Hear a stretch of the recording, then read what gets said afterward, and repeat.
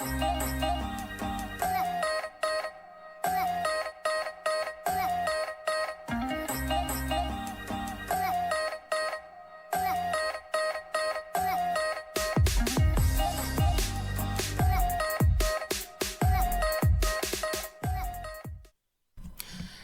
what's up, folks? Today is September the 2nd, 2024, and so today we're just going to do a little bit of a continuation from yesterday. Yesterday we were talking about swing lows, so today I think we're just going to make a trend line based on the swing lows. So I think what I'll do is I just kind of have some type of linear thoughts to some of these videos, have a little bit of organization. So here we go. Let's make a trend line. All right, so we're coming over here to the chart. Here we're just going to be creating a trend line from 2 swing low points. So we need to make sure that we can identify those swing low points first, right? So we're going to say if we'll have a variable and call it value 1 and then make that 0. I think maybe we just need that. So we'll say if swing low of first one and the price is the low, the strength, let's say 3 bars, the length is 4 bars, is greater than 0, so it does exist, then val 1 is equal to, I guess we need to do swing low bars, so we're going to find out how many bars ago it happened. Val 1 is equal to,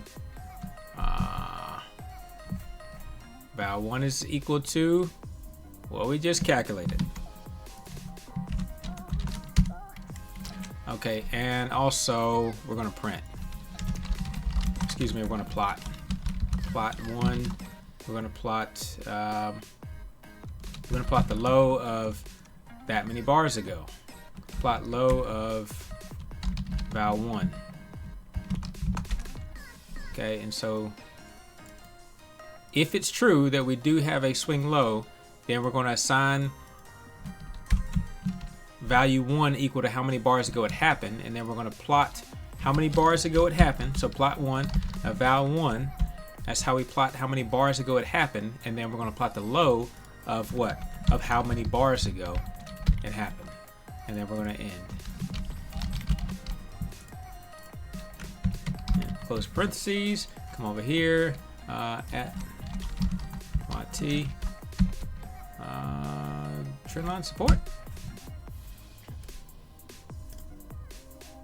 Okay, that goes up here. That should have been a show me anyway. Okay, so all of these places are where we had a swing low of 3 bars. Right. Okay, so now we're just going to say if we have one swing low and we have a swing low, if we have one swing low here and then our next swing low is greater than that swing low, then we want to plot a trend line. So if we have a swing low, then we're just going to check what the swing low prior to it was. And how do we do that? Well, let's save the value of bars ago, and then we can use the value of bars ago to calculate the actual low at that value of bars ago. Okay, so if we do have a swing low, then we're going to assign value to 1 equal to how many bars ago it happened, and then we're going to plot, and then we're going to count equals 1. Okay, so or count equals 0. And then on every bar, count plus 1. So we're going to count on every bar. We're going to add 1 more to the count on every bar. And then if we do find one of these conditions to be true, we're going to just simply reset the count. Okay, so that'll help us determine, and just to help you understand what we're doing, we're going to put count span. So this is the span of bars in between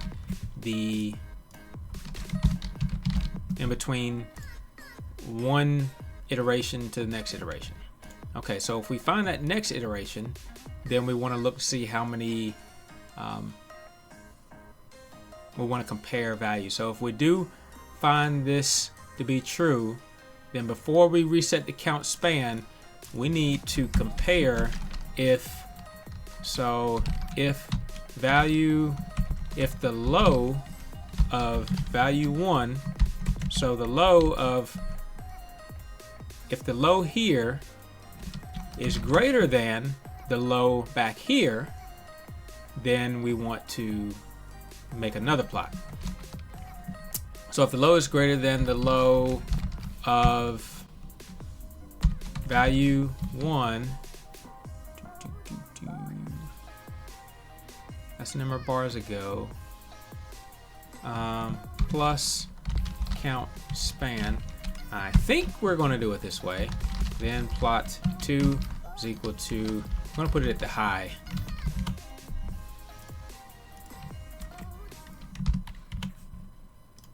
Okay.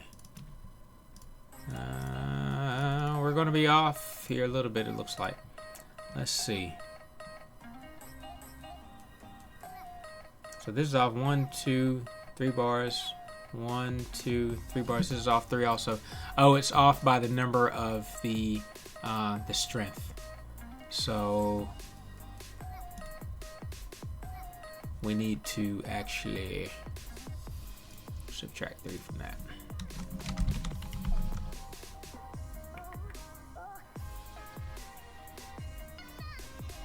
No, I'm sorry. We're not going to plot at the high. We're going to plot 3 bars ago. Because remember, instead of plotting here, at 3 bars we have our strength of our swing low.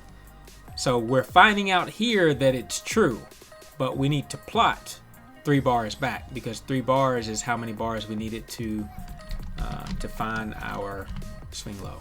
Okay, so there we go. All right, so at each of these instances, right, where we have the yellow, this swing low is higher than the swing low before it. This swing low is higher than the one before it. This swing low is higher than the one before it. This swing low is higher than the one before it. This swing low is lower than the one before it, so it doesn't do anything. All right, so now if we do have these things to be true, then we're going to, again, we're going to reset the count after we get done plotting the plot. But meanwhile, if this is true, then we're going to not only plot this, but we're also going to draw a trend line. And you can do that a couple ways with the legacy version, or you can use the namespace using elsystem.drawing, using elsystem.drawingObjects. Okay, and then we have a variable called with the class Trendline. I'm going to call it tline. That's going to be null. And so how do we define tline? It's going to be a trendline dot create, and we need 2 points. So the first point is going to be a bn point dot create, and it'll be the bar number of, which is be bar number plus max bars back minus 1, and then it'll be how many bars back? It'll be this right here, val 1 plus count span. So it'll be minus val 1 minus count span. In my head, this is going right, but hopefully this is right. So that's the bar number, and it's going to be at the low. And then we're going to have a second bn point dot create, because you need 2 points for your trend line. So this is the second point. The second point will be where you are currently at here, right? And it's just got to be three bars back. So it'll be bn point dot create the current bar number that you're at plus the max bars back minus 1, and then it's got to be minus 3, because 3 is the strength. Now if you change this in your program, you need to adjust for that here as well. So bar number is max minus 3, and then this low here needs to also be,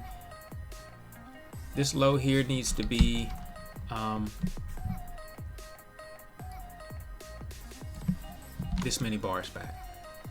Needs to be the low from that many bars ago. And then this -1, -3. And then this will be the low of 3 bars ago. And then close that, hit that. And then we got to draw it on the chart. Drawing object, objects.add, T-line.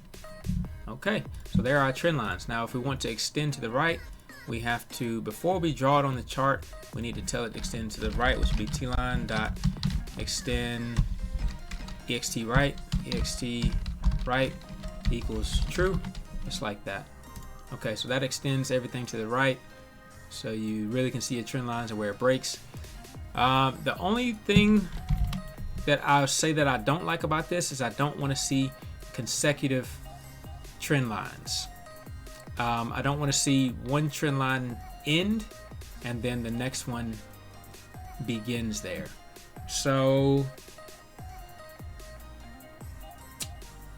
how do we account for that? Okay, so I think the way we're going to account for that is that every time that we get one of these conditions to be met, we're going to say that we have something called maybe position 1. We'll name something start. We'll call it start point, and we'll just make it 0. And so if we do have this condition to be met, we have a new swing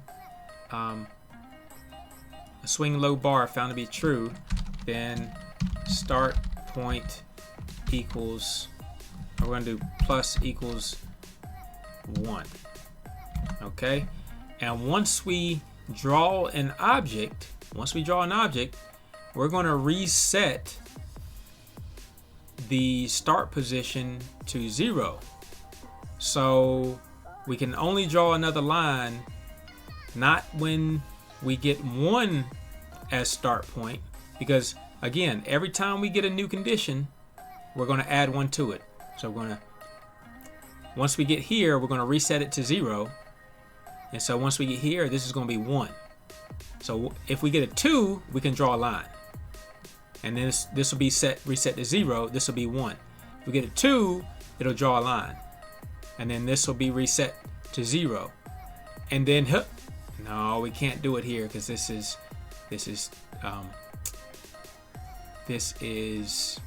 will be 1. So, and then this will be 2, and this will be 3, and this will be 4. So we're going to reset this to 0, and then we say that this cannot be 1, so it's got to be greater or equal to 2. Okay, so once we draw this object, we're going to make start p equal to 0. Okay, and then like I said, we can draw a trend line if the low is greater than low of this many bars ago, and start p is greater than or equal to 2. Or we can just say it's greater than 1. Okay. Start point. Start point. Start point. Start point. All right, there we go. All right, so once we hit verify, now we have a trend line that does not like consecutively stagger one on top of another. It ends not where another one begins. They have their own start and end points, and now you can go and you can turn back on your extend right, and then it looks like that. Okay, so now probably what we'll do on the next video is we will figure out how to get some of these off. Okay, so we have, all right, so in the next video we will be removing trend lines exceeding like 15, and we will add inputs to the